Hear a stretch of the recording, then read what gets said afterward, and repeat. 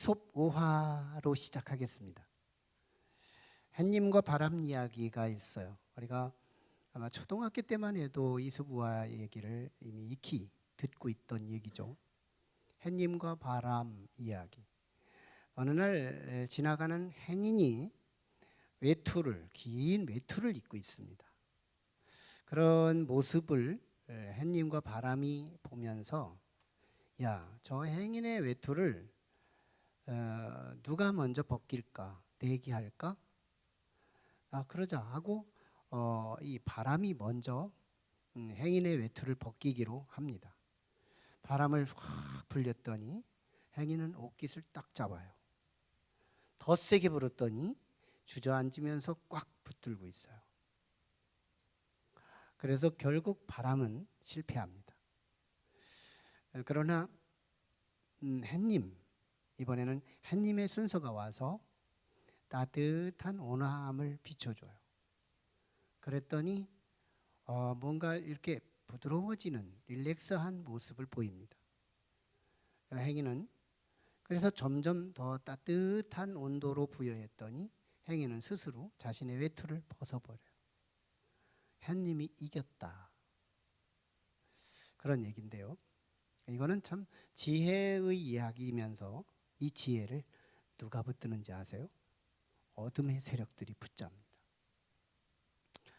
악의 세력들이요, 두 도구를 갖고 있는데 하나는 바람의 세력, 또 하나는 햇님의 세력을 사용한다는 거예요.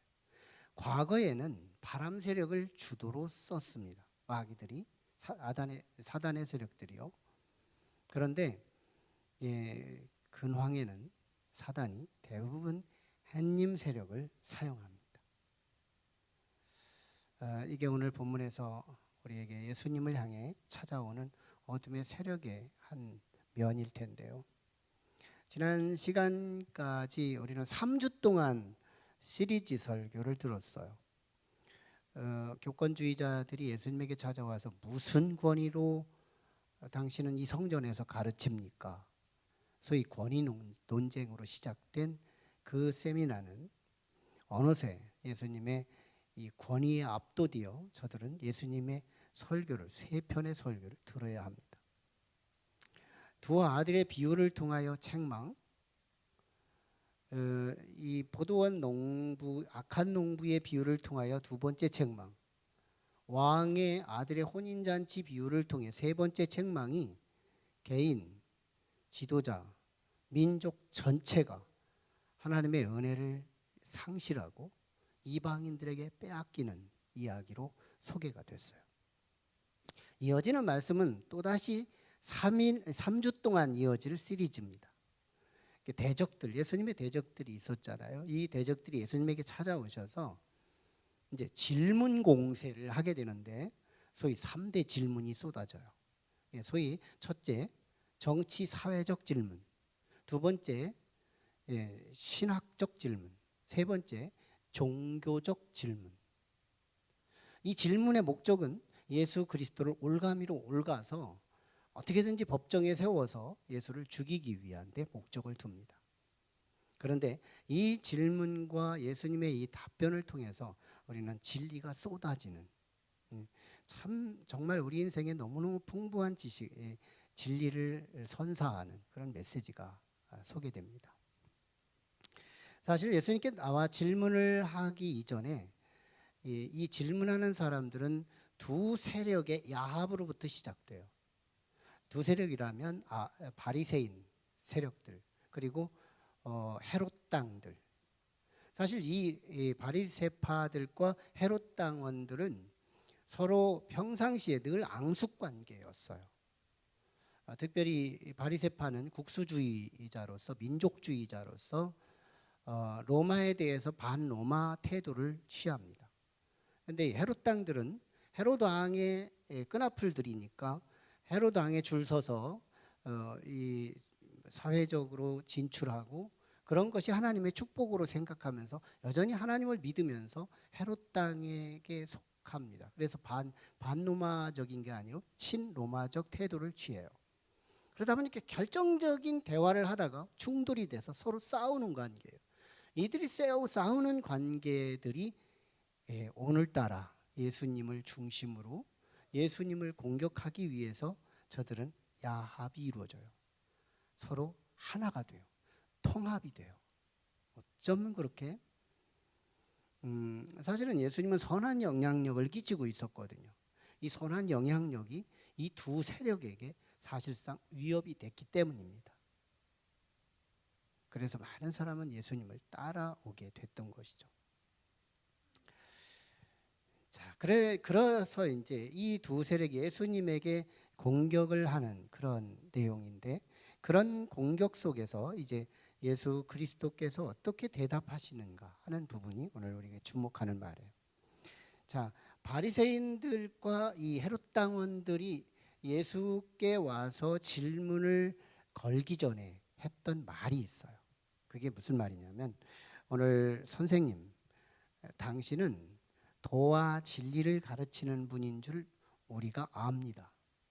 그리고 당신은 사람을 외모로 보지 않아서 이 사람 저 사람을 가릴 것 없이 거침없이 할 말은 하는 분입니다. 선지자라 이 말이에요. 이 말은요, 실제 예수님을 칭찬하는 말이었어요. 객관적인 사실이고 예수님의 올바른 이 청사진을 그대로 찍어서 표현한 거였어요. 저들도 예수님에 대해서 객관적으로 표현했다는 거예요. 그러나 전후 문맥으로 볼 때 이들은 이것이 올가미로 삼기 위한 하나의 칭찬이요, 햇볕 전략이었다는 거예요.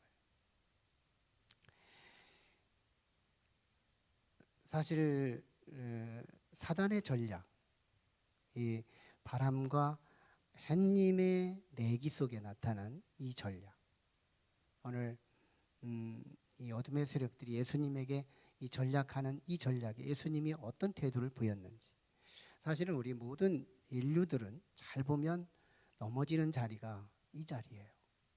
예수님에게도 공격했던 이 자리, 햇님 전략, 따뜻한 온유한 칭찬, 격려, 이런 것들에 안 넘어질 사람이 없어요. 사사기에 보면 삼손이 여기에 넘어집니다. 삼손은요, 진짜 초월적 힘을 갖고 있었어요. 신적 힘. 그래서 블레셋 사람들이 깜짝 놀랐죠. 야, 사람으로서 어떻게 저런 힘이 나올 수 있지?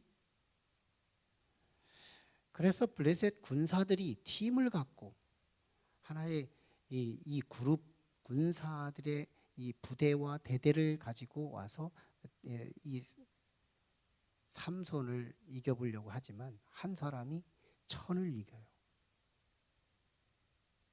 그 정도로 힘이 있었어요. 그런데요, 이 삼손이 무너질 때 보면 어디에 무너지는지 알아요? 드릴라의 무릎에서 무너집니다. 드릴라가 무릎에 그의 베개를 삼고 거기서 드릴라가 속삭여 주는 말이 뭔지 알아요? 햇볕 정책이에요. 당신은 진짜 멋있어. 남자 중에 남자야. 여기에 삼손은 넘어가요. 그래서 할 말 안 할 말 다 해서 쏟아냈다가 자기의 나실인적 정보를 쏟아내요. 그래서 블레셋 사람들이 그것을 알고 삼손은 심판을 받습니다. 솔로몬은 어떨까요? 솔로몬 신적 지혜를 갖고 있었어요. 예수님 다음 가는 지혜. 그런데 그 지혜를 가지고 많은 사람들을 평정하고 사람이 불가능한 일들을 해결해 가던 그런 지혜자가 어느 한 날요, 전쟁에서 승리하면 이 계약 결혼을 통해서 아내들이 생기는 거예요. 일천의 아내들이 생기는 거예요. 근데 얼마나 아름다운 아내들이 있어요. 그래서 이 침실에 가면 이 아내가, 저 침실에 가면 저 아내가,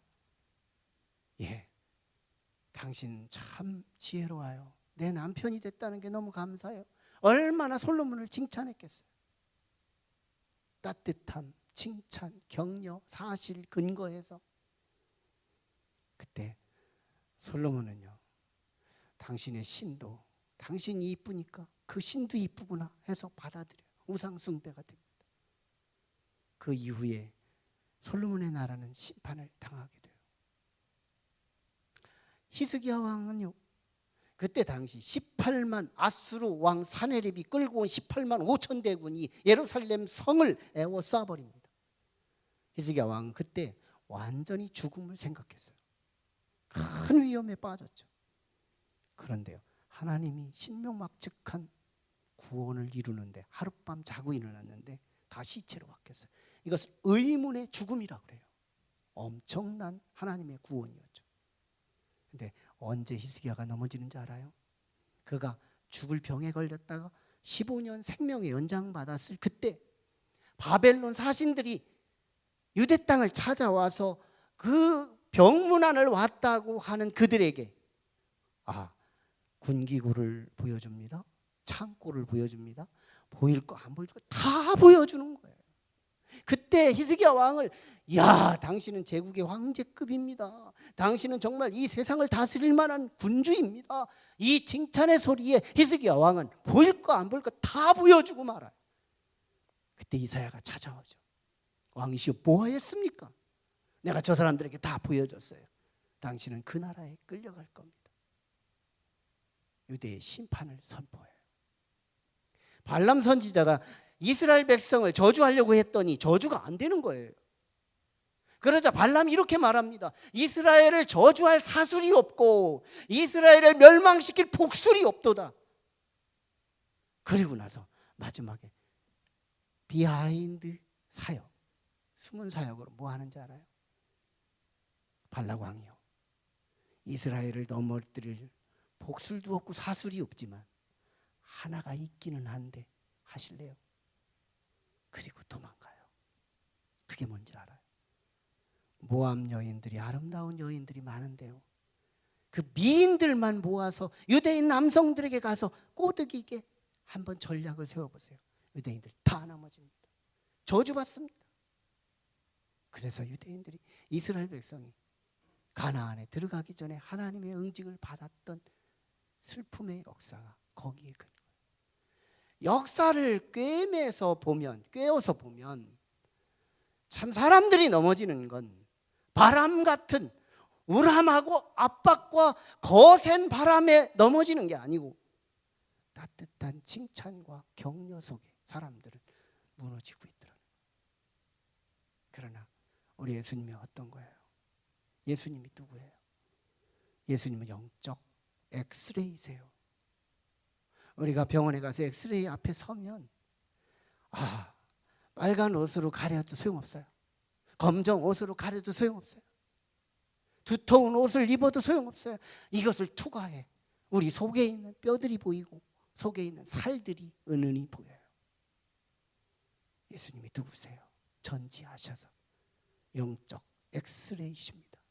주님 앞에 서는 사람들마다 겉으로 드러내는 화려하고 부피 있는 어떤 것으로 자랑할지 모르지만 실제는 우리 속에 있는 동기를 보셔서 부자가 드리는 어마어마한 산더미 같은 헌금, 그리고 두렙돈으로 드리는 과부의 이 헌금을 물량으로 보지 않고 엑스레이로 투과하여 그 동기로 보시니 과부의 두렙돈이 그렇게 크더라고 평가하시는 예수님의 이 평가. 주님이 저들의 속내를 몰랐겠냐고요. 주님 20절에서 이렇게 폭로하십니다. 예수께서 그들의 악함을 아시고 외식하는 자들아 어찌하여 나를 시험하느냐 폭로하시는 거예요. 마음을 드러내시는 거예요. 주님 잘못 선택했죠. 저들이. 주님은 여기서 끝나지 않아요. 이제는 저들의 질문을 직답해야 될 상황이에요. 그래서 너희 중에 세금 낼 돈이 있냐? 그러자 옆에 있던 한 데나리온을 갖고 있는 사람이 데나리온을 내놓으니까 이 동전에는 두 개가 있죠. 하나는 형상이 있고 하나는 글이 있어요. 이 형상은 그때 당시 로마의 황제가 가이사였기에 가이사 황제의 이 형상이 그려져 있는 거예요. 그리고 가이사라는 이름이 쓰였어요. 이거 누구 그림이냐? 이거 누구 이름이냐? 물으니까 가이사의 것입니다. 맞다. 그래서 예수님 대답하세요. 가이사의 것은 가이사에게 바치고 하나님의 것은 하나님께 바치라. 그러자요, 이 대적들이 깜짝 놀라서 할 말을 잃고 떠났다는 것이 오늘 말씀인 거예요. 우리가 보면 가이사의 것을 가이사에게 바치고 하나님 것을 하나님께 바치라. 뭔 말이에요 이거? 별로 이렇게 감동도 안 되고 이해도 잘 안 가는데 왜 유대인들은 이걸 가지고 깜짝 놀랐을까? 뜯어보면 아는 거예요.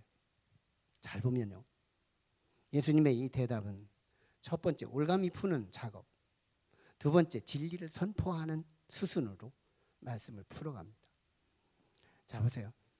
바리새인들은 로마에 세금 내는 걸 반대하고 있었어요. 내면 안 된다. 하나님의 백성이 하나님께만 내면 되는 거지. 헤롯 당원들은요, 가이사에게 세금을 적극적으로 내야 한다, 이렇게 주장을 했어요. 하나님 것은 이렇게 믿음이 이원화돼 가지고 이렇게 시원찮게 하더라도 나라에 잘 내야 나라의 특혜를 얻을 수 있다고 보는 거예요. 그래서 이들은 언제나 정치적인 면에서 부딪히고 싸우는 관계들이에요. 자, 그런 상황에서 예수님께서요, 가이사의 것 내지 말라, 하나님 것만 내라, 이러지 않았어요. 자, 가이사의 것만 내고 하나님 것 내지 마라, 이러지 않았어요. 가이사의 것은 가이사에게 드려라, 하나님의 것은 하나님께 드려라. 무슨 말이에요? 예수님의 지혜가 쏟아지는 말인데요, 지금 바리새인들에게 은혜를 던진 거예요. 바리새인들은 지금 굉장히 자존심을 굽히지 않으며 계속 주장했던 게 뭐냐면 하나님 건 하나님께만 드리자라고 주장했던 거예요. 근데 그들에게 그들의 코드를 지금 뜨겁게 타오르는 선생, 10,000명이 따라다니고 1,000명이 따라다니는 이 예수 그리스도가, 이분이 내가 마음에는 안 들지만 이 지금 작금의 세대의 사람들이 존경하는 이 선생이라는 분이 자기의 주장을 지지해 줬거든요. 은혜입니다. 헤롯 당원들은요, 가이사의 것은 가이사에게 드리라는 거, 자기들의 주장을 들어준 거예요. 이것이 예수 그리스도의 삶의 가치예요. 우리는 돌은 돌로, 이는 이로, 악은 악으로, 폭언은 폭언으로, 이것이 예수 그리스도와 반대의 삶입니다. 우리 그리스도인으로서도 저도 가끔씩 그럴 때가 있어요. 참 내가 목사인가 할 때도 있어요. 그리고 다스리고 또 회개하고 다음번에는 조금 더 부드러워져 가려고 노력을 하고 있는 사람 중에 하나예요. 온전하지도 않습니다. 우리는 악을 악으로, 돌을 돌로, 칼을 칼로, 이빨을 이빨로 이렇게 응수하는 삶을 살아요. 그런데 우리 주님이 어떤 건지 알아요? 악을 선으로, 악의를 선의로, 은혜로, 은혜의 한 덩어리를 딱 입혀주니까요, 적의가 녹아버리는 거예요. 예수님을 죽이려고 올가미 치려고 왔다가 올가미 걸지도 않고 그냥 놀래서 자빠져서 가는 거예요. 뒤돌아가는 거예요. 악한 자를 컨트롤할 수 있고 악한 자를 다스릴 수 있는 핵무기가 뭔지 알아요? 은혜의 한 멘트예요. 그들이 필요한 걸 채우는 거예요. 바리새인의 편에 서주고 헤롯 당원의 편에 서줘서 그들의 고도를 작금에 뜨겁게 타오른 선생님이 말 한마디를 지지했을 때, 야, 저 선생님이 우리 편이었어. 저기를 가지고 예수를 자르려고 왔다가, 예수를 공격하려고 왔다가 공격할 의사가 사라져버리는 거예요. 예수를 올구려고 했던 올가미는 어느새 녹아버렸어요. 이건 예수님의 지혜입니다. 우리의 삶 속의 지혜를 가르치는 거예요. 악을 악으로 대하는 건 세상 사람이고, 믿음을 가진 우리들은, 그리스도를 따르는 우리들은 악에 대해서 이제 선으로 지불하는 거예요. 저는 참 그런 분들이 존경스럽더라고요. 나는 저런 때 화가 나는데 저분은 저런 때 부드러운 얼굴을 대하고 부드러운 언어를 내놓는 어떤 분들을 보면요, 진짜 존경스러워요. 목사인데, 가끔씩은 1대1인데, 가끔씩은 화가 막 확확 나오는데, 야, 저분은 저 정도면 목사도 참을 수 없는데 저분은 어디서 나오는 걸까? 굉장히 존경스러워요. 나도 그 수준 넘어갈 거예요. 여기서 끝나면 예수님은 기회주의로 비판받을 수 있어요.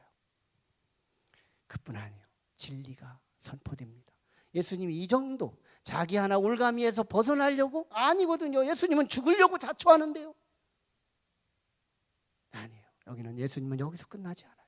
진리를 선포합니다. 진리. 가이사의 것은 가이사에게, 하나님의 것은 하나님께 바치라.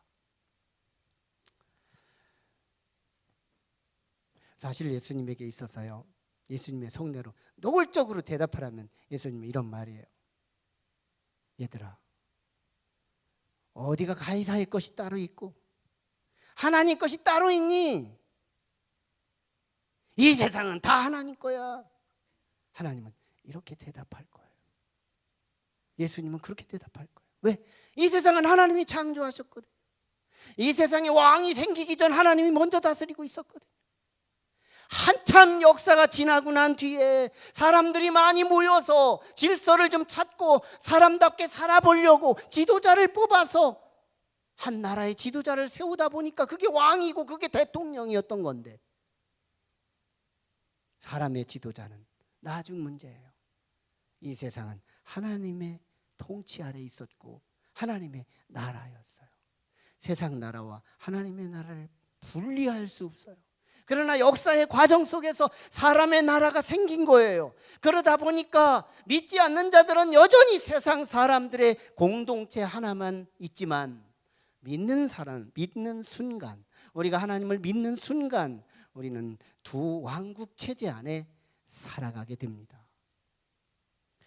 이것을 우리는 종교개혁자들의 신학을 빌려서 말씀을 정리해 볼 필요가 있어요.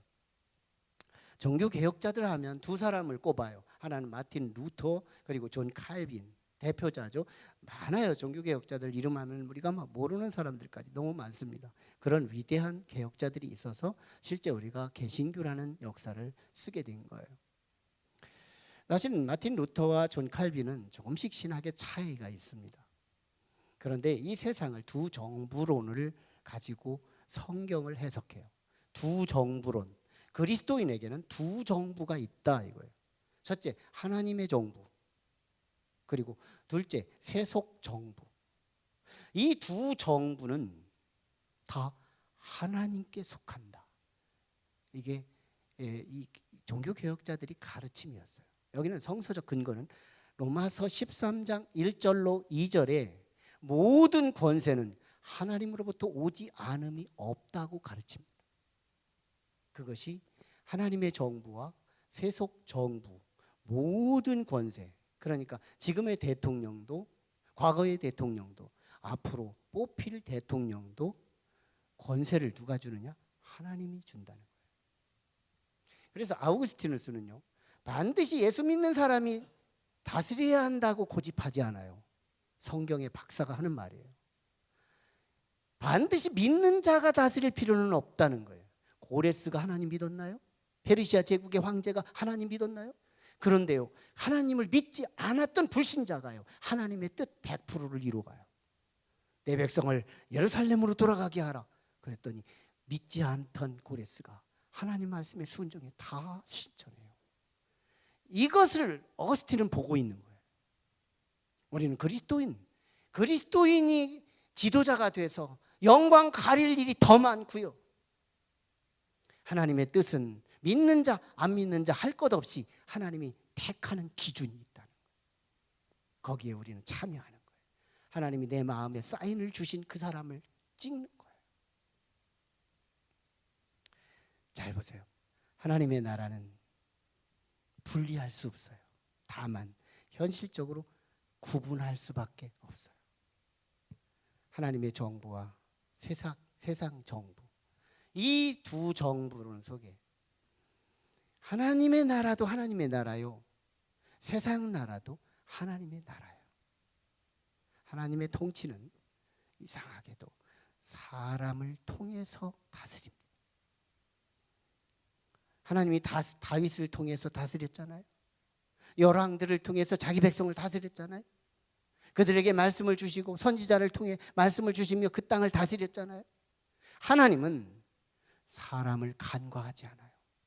그래서 사람의 일은 하나님의 일이고 하나님의 일이 곧 사람의 일이 되더라는 거예요. 분리할 수 없어요. 구분만 가능해요. 그래서 하나님은 가이사의 것을 열심히 도와라, 그게 내 일이다 이 말이에요.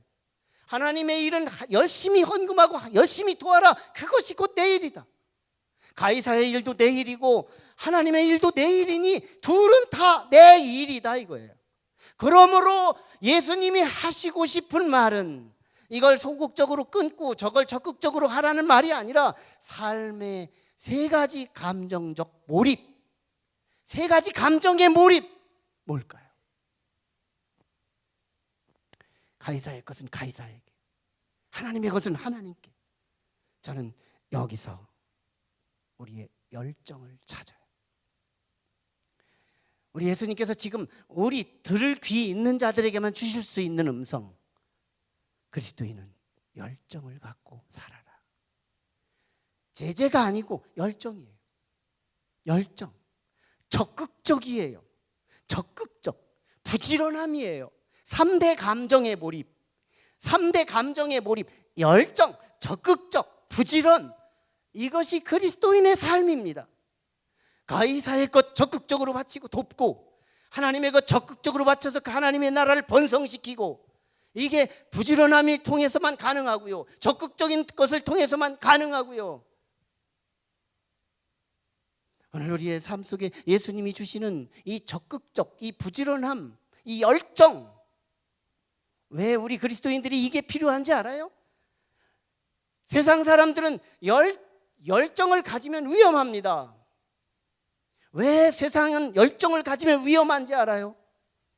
열정을 하면 성공하기 때문이에요. 그들이 성공하면 왜 위험한데요? 서울 가는 인생인데 그 열정 가지고 부산 갈 수 있기 때문이야. 열정만 없었어도 내 자리에 그냥 머물러 있었을 텐데 그 열정 때문에 서울 가야 하는 인생이 부산 가 있으니까요. 천국 가야 할 일생이 지옥 가 있으니까요. 그 열정은 재앙이에요. 그 적극성은 재앙이에요. 그 부지런함은 재앙이에요. 여러분, 열정은 누가 가져야 하는데요? 적극적인 삶은 누가 가져야 하는데요? 부지런한 삶은 누가 가져야 하는데요? 꿈을 가진 사람, 방향을 찾은 사람, 자신이 어디로 가야 하는지를 발견한 사람, 서울로 가는지를 알고 거기에 열정을 다하면 시간과 함께 서울에 도착하는 것처럼. 예수님은 지금 그거예요. 제자들을 향하여, 유대 백성들을 향하여 너희는 비전을 찾았잖아. 내가 길이요 진리요 생명이니 나로 말미암지 않고는 아버지께로 갈 자가 없다고 하면서 우리는 이미 예수 그리스도를 찾아서 아버지께로 갈 방향을 제시받은 인생이에요. 그러므로 우리에게 필요한 게 뭐예요? 가이사의 것 안 바치고 하나님 것 덜 바치고 이런 소극적인 게 아니에요. 적극적이에요. 열정이에요. 부지런함이에요. 성경은 이상하죠. 악한 것과 게으름을 엔드 문장으로 연결시켜서 바깥 어두운 데 내쫓아 마치 지옥의 심판처럼 말하고 있는 것이 성경의 가르침이에요. 악한 거, 이건 단박에 이해가 갑니다. 게으름, 이게 왜 악한 거하고 엔드 문장을 이어줄까? 악하고 게으른 종아, 악하고 엔드, 게으른 종아, 바깥 어두운 데 내어쫓아 이를 갈며 있으리라. 거기가 지옥이거든. 이상합니다. 우리 그리스도인은요, 게으름을 경계해야 돼요. 그리스도인은요, 게으르면 안 되는 거예요. 육체의 게으름, 영적 게으름, 두 면에서 우리는 부지런함이 필요해요. 그리고 적극적인 것이 필요해요. 그리고 열정이 필요해요. 저는 목회를 성공했다고 말하지 않습니다. 그래도 성전을 건축하고 그래도 규모가 있는 교회로 하나님이 저에게 주신 은혜가 있는 이유는, 저는 주님께서 나를 택하여 천국 가는 비전과 하나님 나라를 세우기 위한 꿈을 주신 것에서 제 삶에는 한 가지가 다른 점이 있었어요. 그건 저의 열정입니다. 저의 열정을 좀 소개할게요. 저는 공부할 때도 앞자리 아니면 안 앉아요. 우리 신앙에서도 우리는 이 교회 신앙생활 하면서 좀 앞자리 좀 오셨으면 좋겠어요. 앞자리에 오시면 예배도 드리고 사역도 합니다. 뒷자리에 앉으면 예배만 드려요. 왜 앞자리에 오면 예배도 되고 사역이 되는지 알아요? 믿음이 약한 사람, 믿음이 없는 사람은 앞에 앉은 사람의 분위기 은혜를 먼저 받습니다. 이 분위기 은혜, 그들은 분위기 은혜가 필요해요. 그래서 나는 사역하는 거예요. 다른 사람의 예배를 돕고 있는 거예요. 뒤에는 예배만 드리는 거예요. 저는 앞에 앉아서 예배를 돕는 분에게 감사함이 있어요. 고마움이 있어요. 이 적극성이에요. 저는 수업을 들을 때 언제나 뒷자리를 앉아본 적이 없어요. 적극적입니다. 어디 이삿짐을 나를 때 목사님들이 가끔 이사하면 저는 가서 하나의 이삿짐 하나의 인부처럼 가서 일을 돕습니다. 다른 사람이 하나 나를 때 저는 2개 나르려고 노력합니다. 그럴 때 우리 아내한테 얼마나 박해를 받는지 몰라요. 왜 당신은 그렇게 열심히 하느냐. 한 번은 한 교회를 짓는데 벽돌을 나르는 거예요. 벽돌을 열심히 나르는 거예요. 쉬는 시간 없이 나르는 거예요. 모든 부분에 학교에 공부를 합니다. 주일날 예배드리고 학교를 가는데 너무너무 졸리는 거예요. 차에다 분무기를 싣고 갑니다. 분무기로 졸릴 때마다 내 얼굴에다가 분무기를 뿌려가며 가는 거예요. 밤에 공부를 해야 하는데 하루 종일 일하고 사역하고 그리고 공부를 해서 레포트를 써내야 하는데 너무너무 졸린 거예요. 분무기를 옆에 놓고 내 얼굴에 쏘면서 숙제를 해냅니다. 모든 삶을 보면 열정 하나가 나의 아이콘이었어요. 예수님 말씀하세요. 가이사의 것은 가이사에게, 하나님 것은 하나님께. 가이사를 도와라 이거예요. 하나님의 일을 도와주라는 거예요. 우리는 제재가 아니라 얘 걸 드리지 말라 제재가 아닙니다. 저거 드리지 말라 제재가 아니에요. 얘 거 드리고 적극 돕고 교회에서 열정이 있거든. 가정에서도 열정이 있어야 하고 세상에서도 열정이 있고. 존 칼빈은 직업 소명론을 통해서 교회에서 목회하는 목회자들만 성직이라고 말하지 않아요. 교회 그리스도인이 직장에서 열정을 쏟으면 거기는 곧 성직이고, 우리의 가정을 잘 지키고 성실히 지키는 가장은 가정의 성직자예요. 이걸 직업 소명론에서 소개하고 있어요. 성직이 교회 안에 갇혀져 있지 않아요. 오히려 세상에서 열정적으로 방향 찾은 자들이 더 깊게 은혜롭게 살아가는 그 삶은 오히려 그것은 성직이라고 가르치고 있어요. 예수님의 메시지 속에서 들을 자는 들을 수 있는 말씀은 뭘까요?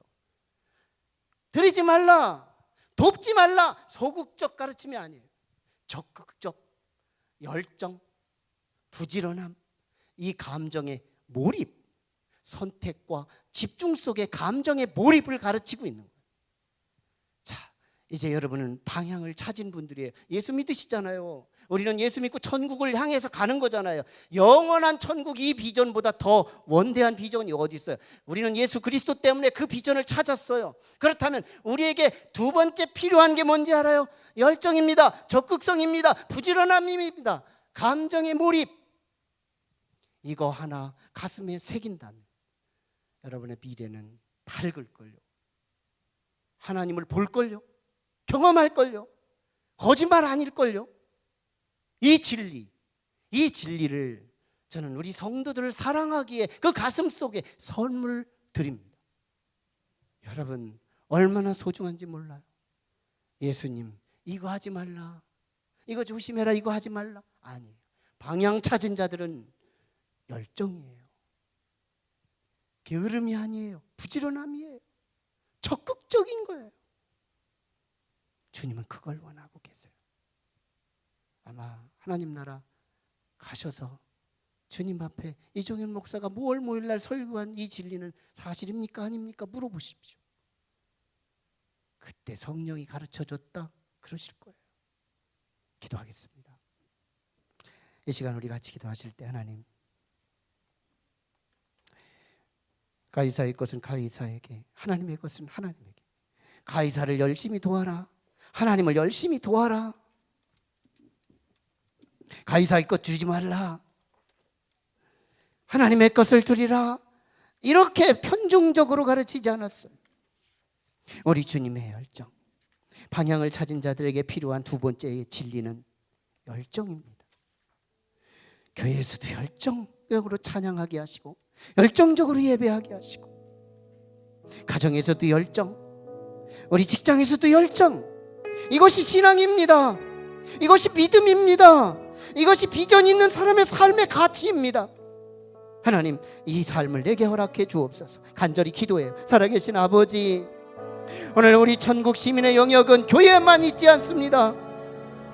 교회에서만 열정적으로 사는 것이 아니라 교회에서도 열정하고 세상에서도 열심히 하고, 왜 교회도 하나님의 것이고 세상도 하나님의 것이기 때문에 그것과 저것은 분리할 수 없고 구분만 가능한 것이기에 우리 주님은 적극 돕기를 원합니다.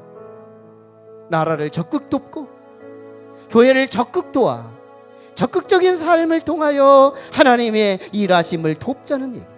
하나님 역사해 주옵소서. 오늘 사모하는 모든 이마다 그 가슴 속에 진리 하나, 열정의 진리, 적극적인 진리, 부지런함의 진리 품게 하여 주옵소서. 예수님 이름으로 기도하옵나이다.